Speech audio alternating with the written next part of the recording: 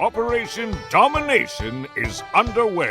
The ultimate game plan to dominate your NFL experience. With your hosts, Dan you gotta be confident about your Achilles when you Case show up. Thornton, Yeah, I mean, I got it. Chris Already Dowhouse, hearing about Mr. Pointless in fantasy this and Adam LaRue. Don't hope to win. Be great and dominate. Well, all right. Thanks for coming back in to Operation Domination live on at FF Advice Network on Facebook and Twitter. We'll be dropping the video on YouTube tomorrow, and will always be available on your favorite podcast app. Just look for Operation Domination Football. As always, I'm your host, Dan Mater. It is time for a Thursday night injury inquiries, and the list, thankfully, is not quite as long, but there is impactful names that we're going to have to go over regardless. But first things first, we need to get our guest introduced. And now, the moment you've all been waiting for. The #1 medical expert in all of fantasy sports. The one, the only, Dr. Brian Scott!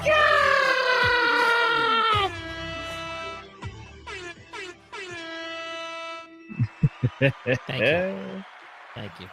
The Laser Show, the man, the myth, the legend himself, here to break this all down. This is how we get the edge, Brian. Look, we all do data at this point now. We all look at metrics. We are all measuring things all the time. What target percent share means what type of wide receiver, running backs, quarterbacks, all that stuff. But what really matters at the end of the day is who's actually healthy enough to play up to peak. And that's the issue here. And that's why we have injury inquiry.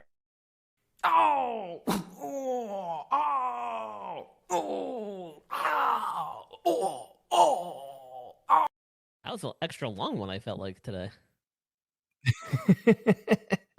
I haven't been making it any longer, I promise. Sure, a couple of grunts in there.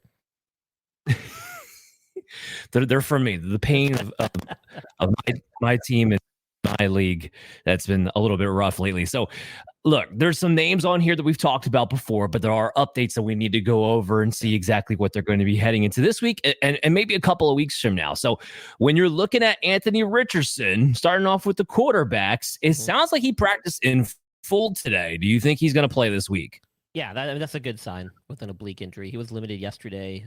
If he's able to get in a full session today and then hopefully again tomorrow with no setbacks, I think we will see him make his return. It didn't seem like it was too serious to begin with, but I think giving him the week off was certainly a wise choice so that this doesn't kind of linger further down the line. We should see him be available and probably head in with a questionable tag, but it sounds like he's going to be ready. Yeah, I don't know if people love that. I mean, there's some receiver injuries we're going to have to get into for the Colts, but honestly, like, you've been able to play...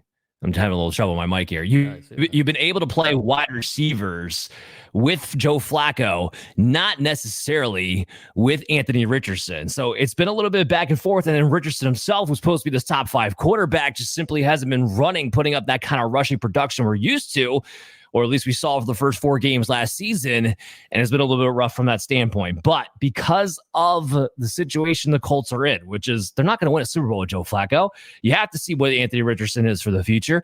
So if he's healthy enough and he practiced in full today, then he's going to get back in there and play. But if you can afford to do it, I should say, because there's 4 teams on bye, and especially in your smaller leagues. But if you can afford to do it, stick with Joe Flacco, because Anthony Richardson, as Brian Scott would tell you, is cultivating here a bit of an injury history, right? It's because he went last year, this year. So hang on to Joe Flacco if you can, because when he does play, he's been a top 12 quarterback now with the Browns and the last couple games with the Colts. What about Aaron Rodgers dealing with an ankle sprain? It doesn't sound like it's too serious. It's a low ankle sprain. He acknowledged that he's been dealing with it. Sounds like he'll be ready to go. They got that extra day, given that they played overseas last weekend and they have a Monday night matchup coming up this week. He was on the Pat McAfee show the other day and sounds like he will be ready. I'm sure he'll get some rest days this week and not do too much at practice, but that's not surprising. He's been around the league forever and an older guy. So we'll see. We should see him. He's going to have a new head coach. He's going to have a new offensive coordinator, or a new play call at the very least. Nathaniel Hackett's been demoted in favor for Todd Downing, quarterback's coach. For those of you who don't remember Todd Downing, he stinks. Okay, this is not an improvement over Nathaniel Hackett. This is a guy who was in Tennessee after Arthur Smith when the offense became completely anemic. This is a guy who coached over in Arizona when they couldn't do anything at all to move the ball. So we haven't seen promising things out of Todd Downing. The only thing I will say is that maybe he'll put more of an emphasis on getting the running game going. With Aaron Rodgers there, look, at least he finally threw the ball to Garrett Wilson 20 plus times and finally got him going as a result of that. Hopefully, if you're a Garrett Wilson owner, the Jets aren't going to make the move to get Devontae Adams. In fact, Robert Saleh getting fired does make those odds a little bit less, to be honest, because I don't know how much more shakeup they're going to want to do on that team now as a result of that. So maybe you're going to be safe from that standpoint. But Rodgers plays, you're playing Wilson, you're hoping Breece Hall can get out of his funk. But a lot of flux going on with the New York Jets, as you know what, probably per usual. Derek Carr, he's dealing with an oblique, but it sounds like a nasty oblique. Like he might miss a few games. Yeah, well, I definitely think he will miss at least 2 weeks is what I'm predicting. They've already named Spencer Rattler the starter this week, the rookie quarterback, and they have a bye. So, that should give him enough time to recover.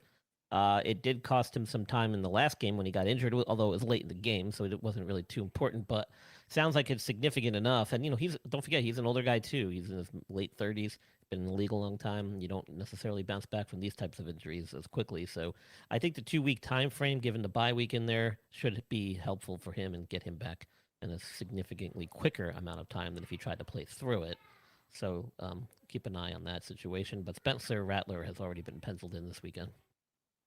Yeah, and look, Rashid Shaheen, we're going to talk about him in a little bit later. Spencer Rattler, I know he had an okay preseason. This guy is a wild card. He was a wild card in college. He's going to be a wild card here in the pros. It's either going to look great or look horrible, and I'm leaning towards horrible. People want to crap all over Derek Carr, and I get why. But we went from the first 2 weeks where they looked great, and the last 3 weeks since it's been awful. The key hasn't been Derek Carr suddenly went back to being crappy version of Derek Carr. The key has been that offensive line. When they lost McCoy, their center, everyone's been able to get pressure on them up the middle constantly. Everything's been breaking down. That's not going to change now with Spencer Rattler. That's been the biggest issue so far as the interior of that offensive line. I don't think Rattler's going to make anything look better than what it was. So now you're kind of left in a situation where Chris Olave, I think, is nothing more than a wide receiver 3, and he wouldn't even be that high for me if it wasn't for 4 teams on bye this week. I mean, that's how ugly this thing is getting right now. The only guy I feel comfortable playing is Alvin Kamara, who looks like he is going to be, in fact, okay, which is why I didn't really put him on our list. But talking about running backs, I know this guy's on a bye, but I kind of want to talk about him anyway because he's a big name. Devon Achane coming off a concussion. What do you think is going to be when they come off this bye? Do you think he's going to be good to go? Yeah, I mean, the rest definitely does a body good when you're talking about concussions. That's one of the hallmarks of recovering from a concussion is literally rest and doing nothing. Very little stimuli for the brain. So now that they have a bye this week, this will make a perfect situation for him to kind of recover, get through the protocol, and hopefully get back on the practice field and work his way back in time for next weekend. Yeah, let's hopefully we see that. So Zach Moss, he has a foot injury. What's going on with Zach Moss? Do you know? I'm not exactly sure. Some type of foot injury this past weekend during a tackle or a block or something that he was making. I forget. He did return after it for a snap during the game, but then he wasn't available at all as that game, I think, headed into overtime or whatever it was. So, I think this might cost him a week here. Zach Moss is a guy who's been injured throughout his career, dating way back into college. He was one of the athletes I had featured on my pre-NFL draft injury special that I do every year, the year that he was coming out of college. He had a fractured forearm last year that required surgery. The guy does get dinged up quite a bit. His injuries, when they do occur, are usually not subtle or mild. So I think this might cost him at least a week, potentially more. We'll have to see what he does as we get going during the rest of this week and practices start unfolding here into the weekend. Yeah, I mean, he was able to practice a limited capacity today, so I think that was a good sign there. It's still going to be a committee thing. Look, injury, no injury. The eyeball test, Chase Brown is a much better player. Now, he's still not at the point where they trust him in pass protection, and that's been the biggest holdback so far, is him being able to take over this backfield. But if it ever gets to that point, it's going to be the Chase Brown show. Until then, Zach Moss kind of still hangs around as that RB3 because he's getting enough work at the goal line situations on top of 2-minute drill. Let's talk about another guy, Jonathan Taylor. Now, we talked about this a little bit last week. We were making fun of the mild high ankle sprain, quote unquote, whatever that was really about. But what do you think? Are we getting closer to a Jonathan Taylor return? Well, he didn't practice yesterday. I'm not sure what he did today, if he did practice or if he was limited. Yeah, and so this is a concerning thing because let's not forget, just a few years ago, he had an off-season procedure on one of those ankles. He dealt with an ankle issue a couple of years before that consecutively. So this has been an ongoing thing throughout his career. If it's, in fact, the same ankle, which it sounds like it could be, then it could be a while before we see him back. This is not to be taken lightly. And, there are situations where sometimes guys can have similar problems on both sides if it relates to chronic or genetic kind of ankle instability issues, which this could be a part of that equation as well. So it's something to certainly monitor as we go forward. But it looks like he's definitely going to miss at least another week here, possibly more as we move forward. Yeah, unfortunate. And look, maybe you don't have a better option to pick up Trey Sermon, who gets the bulk of the carries, who maybe gets you inside the 5. I don't feel great about it, especially in a matchup in their matchup this week. So, yeah, if you have no other option, maybe Trey Sermon can fall forward in the end zone for you like he did last week. It's not been pretty. He does not look good out there. He has like a fullback speed. It's just terrible. But if you have no other option on a bye week, maybe he falls in the end zone for you. I'm not super excited about that handcuff. This one's interesting to me, though. James Cook. This wasn't something we kind of knew about during the game. We didn't find out until start of practice that he was banged up. Yeah, I'm not sure if it actually occurred in the game, and I don't think it cost him any time, like you mentioned. Nobody really knew about it until we headed into the week here and started practicing. He was limited today, and I believe he either didn't practice or was limited yesterday as well, but not exactly sure the extent of this injury, how significant it is.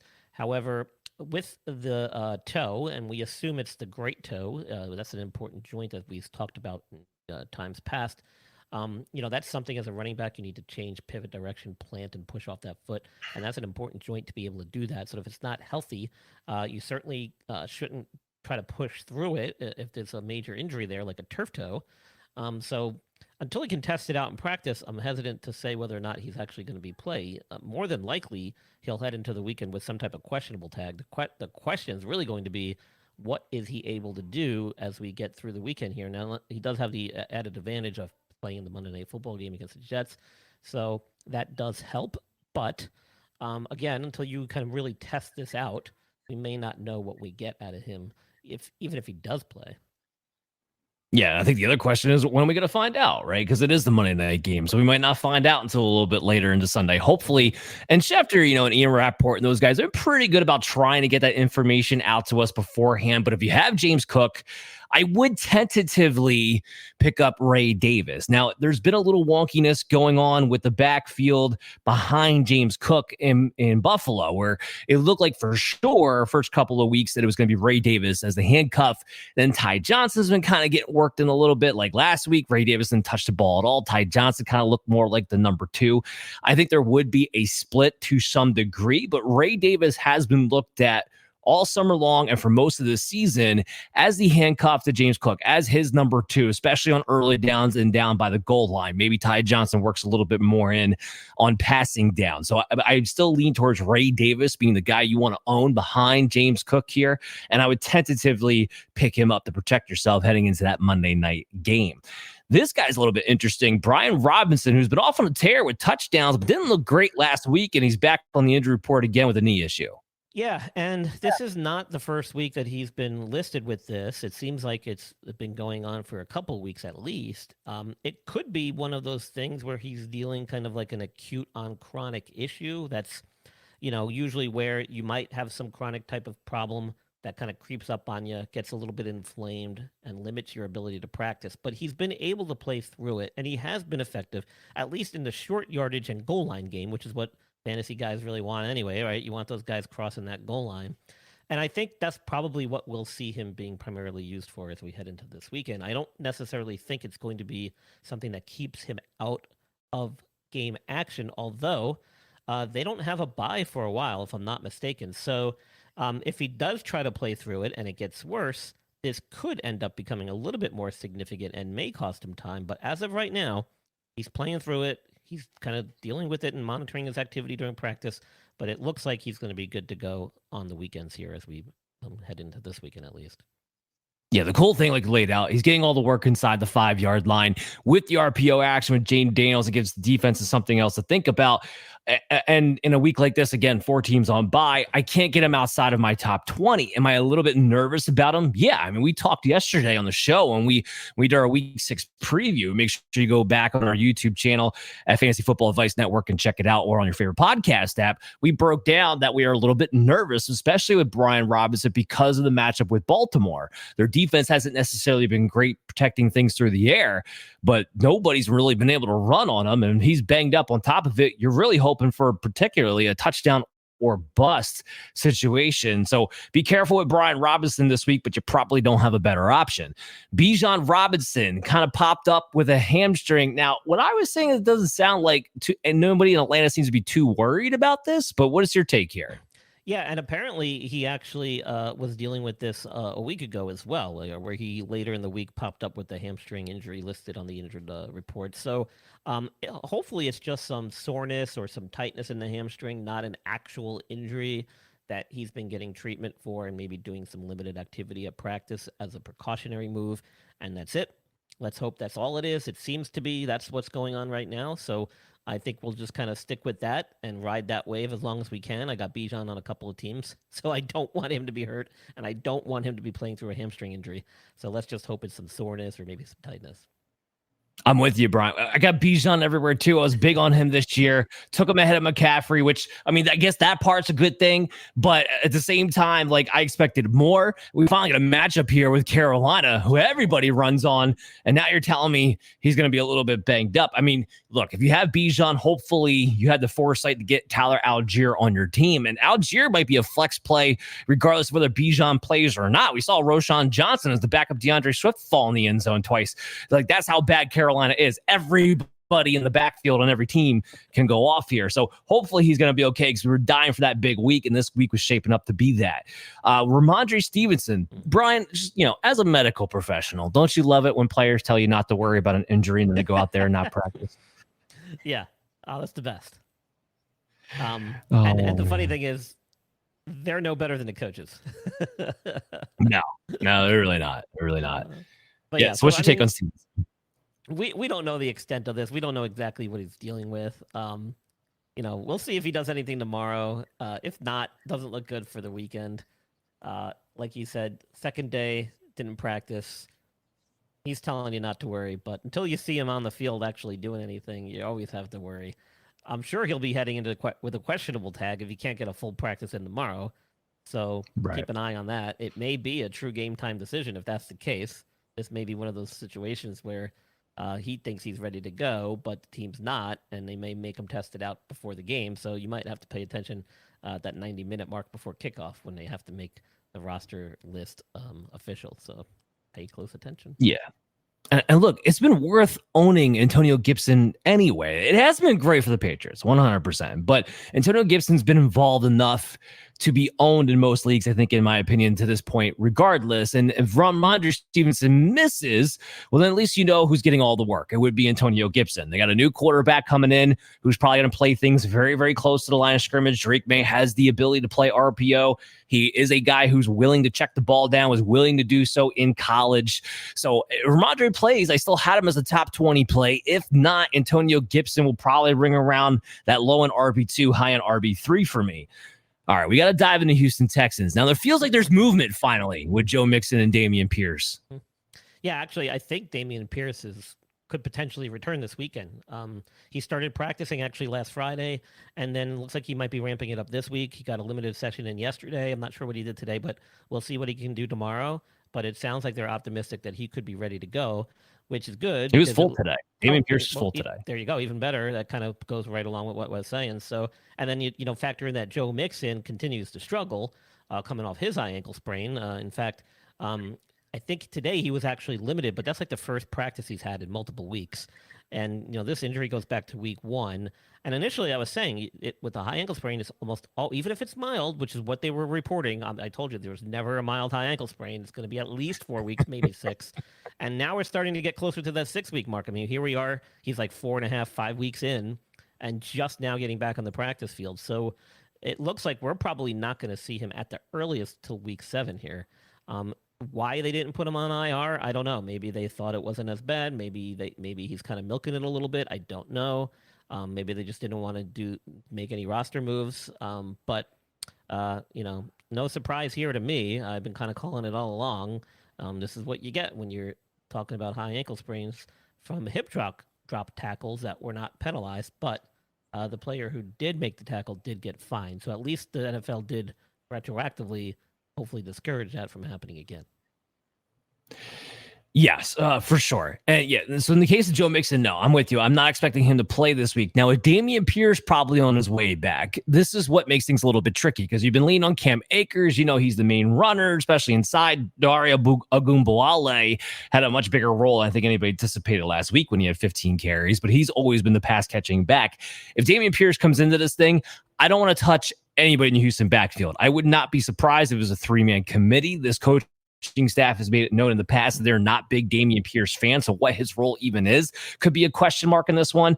Unfortunately, if you've had Joe Mixon, you've been riding Cam Akers, been riding a Daria Agunbowale, you may have to look elsewhere and not even play the handcuff because there might be too many handcuffs to Joe Mixon this upcoming week. With that, sticking with the Texans, but moving into the wide receivers, Nico Collins, this is a big blow because he's been the number 1 receiver so far in fantasy football, and he went on the IR for this hamstring issue. Yeah, this is a big story here.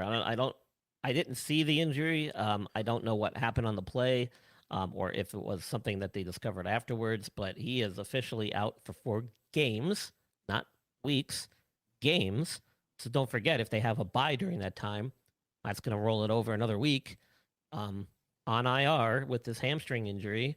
Again, like we've talked about a lot in the past, these hamstrings take a long time to get better. Unfortunately, it's really hard to simulate game-like conditions. So until he's able to get back on the practice field after having done several weeks of rehab, you won't really know what you're going to get until he's able to test it out and go full speed in a simulated type practice or a game-like session. So this is going to be a longer than 4-week thing. They have 21-day window with which to get him off IR when the time comes. We'll have to see if he's able to hop back in there right away, or if this is going to be something that they use all that 21-day window to determine whether or not he's good to go.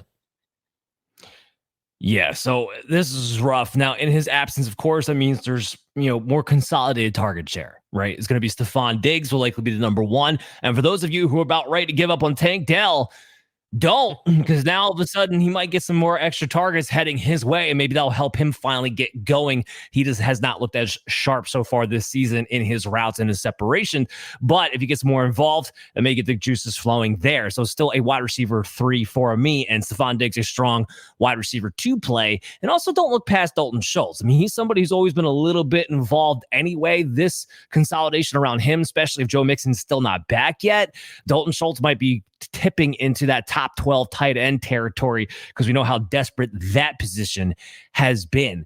I got an unfortunate and surprising one at wide receiver here with the Giants. Malik Neighbors still not practicing with that concussion issue. Yeah. So, not likely that he'll get through the protocol in the next day here. So we're definitely not going to see him. That makes 2 weeks in a row now. His concussion, and I think we talked about this when it first happened, was concerning in the sense that he didn't really have a tremendous amount of contact. All he really did was make a catch and fall to the ground, and it was that contact with the ground while he was trying to keep both feet in bounds that actually caused a concussion, not from a direct hit from an opponent or anything. So, with little trauma happening and a significant concussion where we're now heading into week 2, you have to wonder, is this something that's going to be an issue with him or come back to haunt him throughout his career? Because as we know, concussions have a cumulative effect, and these things sometimes can get much worse as they happen more frequently and can happen with even less contact next time. So something to be concerned about for a young player who looks like he's going to be a stud in this league for hopefully many years to come. But, it could just be the Giants are taking it safe and playing it safe and not rushing him back. And he's still having some very mild or slight symptoms that they're just not willing to force the issue, which is fine if that's what they're doing. I think that's great. But, from the outside looking in, it is a little concerning. Yeah, so hopefully it doesn't sound like it's going to be this week. Hopefully it is the following week here, and he's going to be okay because Malik Neighbors was off to a rocket ship start.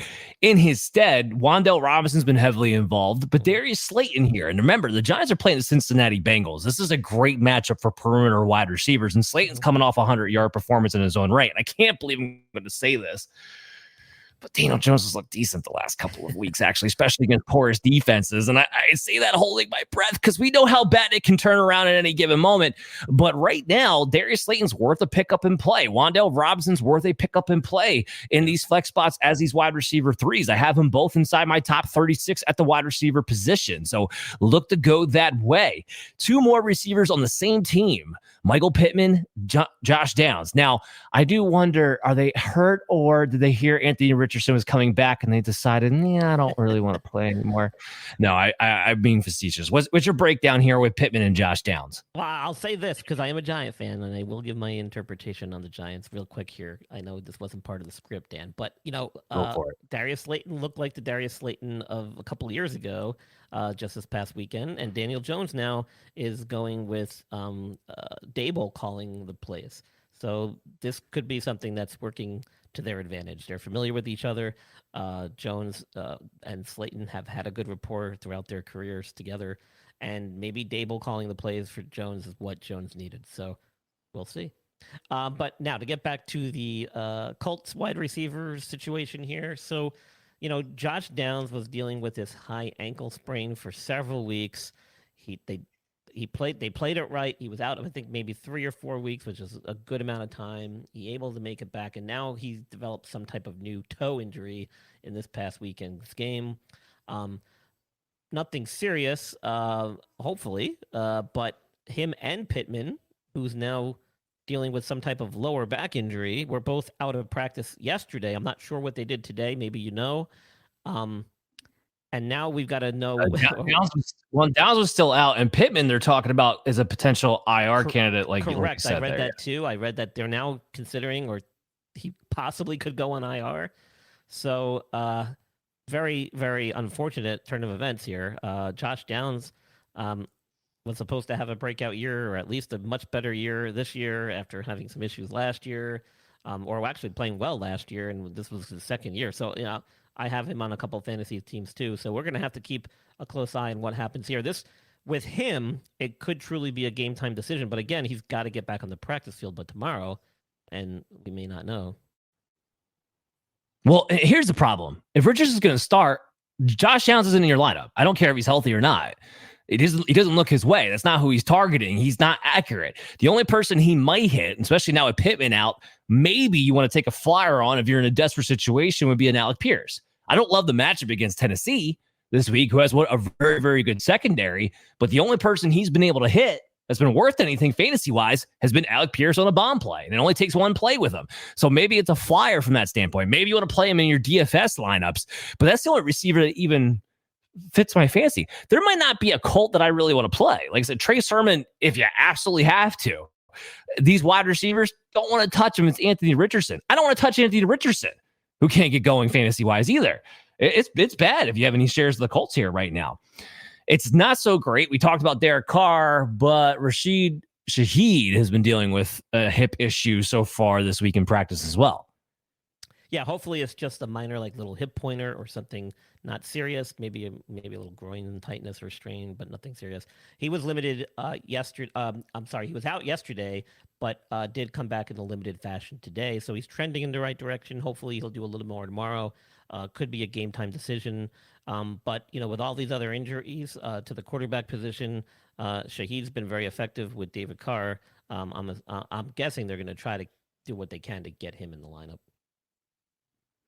Yeah, we'll have to see. But again, if it's Spencer Rattler, Shaheen's nothing more to me than a low-end wide receiver 3. I mean, yes, he's been more utilized than Chris Olave, but Rattler's not going to throw the ball down the field the way Derek Carr was, especially not as effectively. And that's where Rashid Shaheen's been making his big plays off of. Yes, he's been targeted a lot, but his majority of his fantasy points have been on the big play still so far this season. I'm not loving it. I don't know if you have a better option with the way he's played necessarily and 4 teams on bye, but I might be looking elsewhere regardless. What's going on with Christian Watson? It seems like this may not have been as serious as we originally thought. Yeah, I mean, you would have thought the guy's career was over the way he got carted off the field during his week 4 injury, which turned out to be a lot milder than they originally thought, including Watson himself. He thought originally, like, oh my God, I've really done something bad here.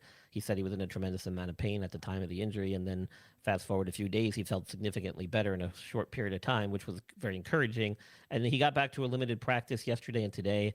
This could be one of those things where they might ramp him up slowly after this weekend. He might be listed questionable. He could be a true game time decision. Hard to predict. If they're smart, they will wait until next week and bring him back along during the week of practice into week 7. But we'll see what he does tomorrow and whether or not he's actually in pads and warming up with the team on Sunday.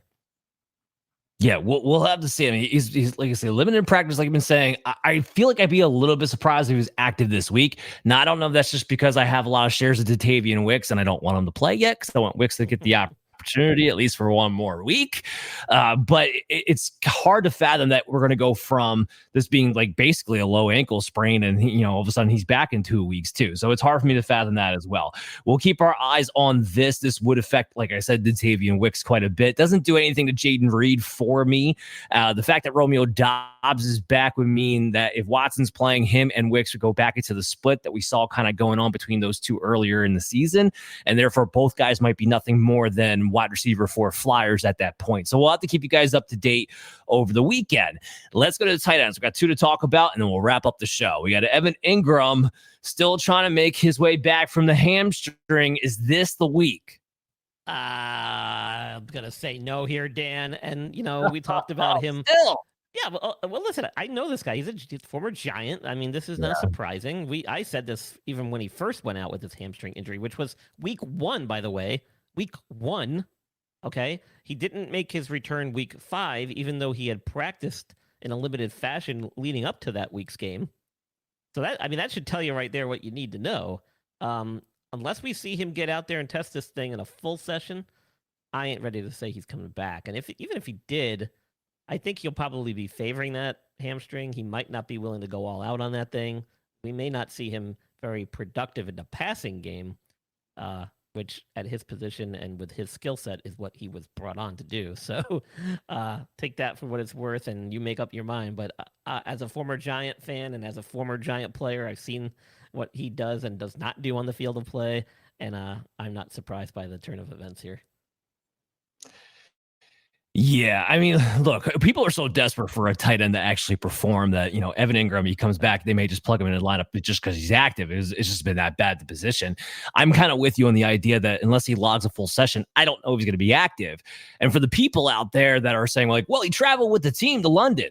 The Jaguars are in London for the next 2 weeks. Like, regardless of whether he's available this week, he was going to travel with the team to London because it's going to be 2 weeks. So I don't know how much you can even read into that. The good news is that he's practicing, and it sounds like he's progressing at least in the right direction.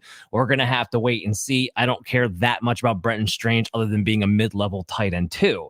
Taysom Hill. Now, I feel like the Saints could really use the Taysom Hill right about now to kind of help things out. But do you think there's any chance we're going to get him back? Not this week. Rib fractures. They're saying multiple rib fractures were the diagnosis, and that usually takes several weeks. At least that's what I've been predicting since I heard this injury diagnosis come out the week he got hurt. So I think it's going to be several weeks. They haven't talked or said anything about him going on IR, so hopefully it'll be a week-by-week thing, which is reasonable when you're dealing with rib fractures.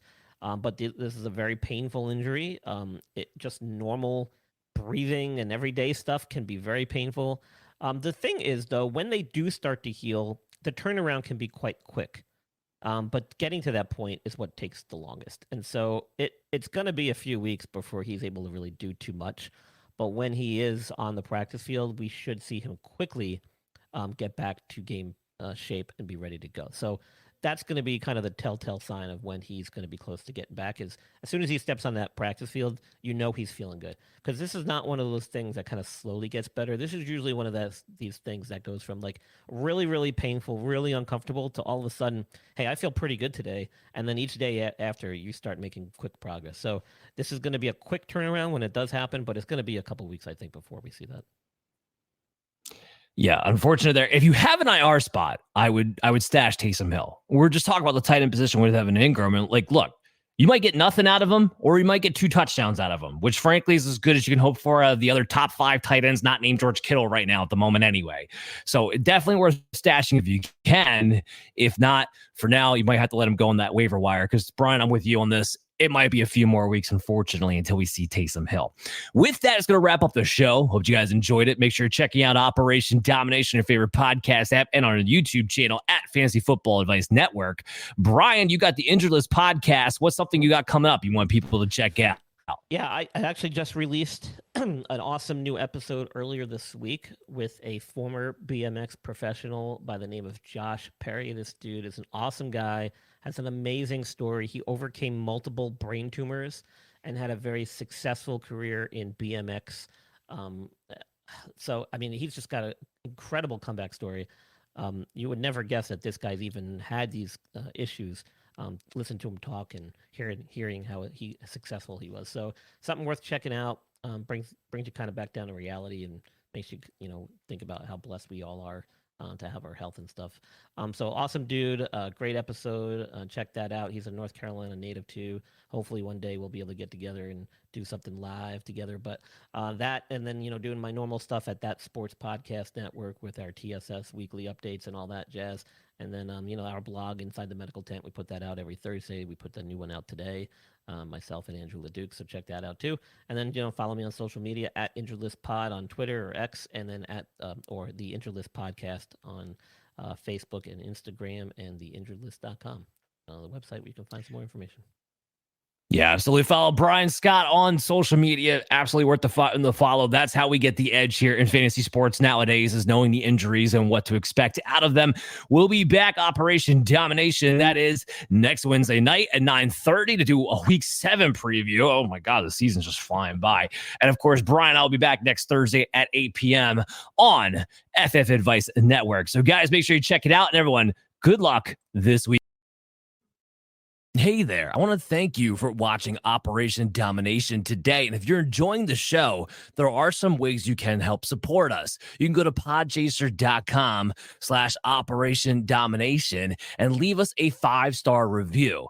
And you can do this on any podcast platform or on our YouTube page when you go to @FF Advice Network. This completely helps out the show be able to grow, and also leave us comments to let us know how we can curtail the show to you, because you are the most important member of the show. So again, go to podchaser.com/Operation Domination to leave a 5-star review and leave a comment wherever you listen or watch the show, and we'll help better serve you.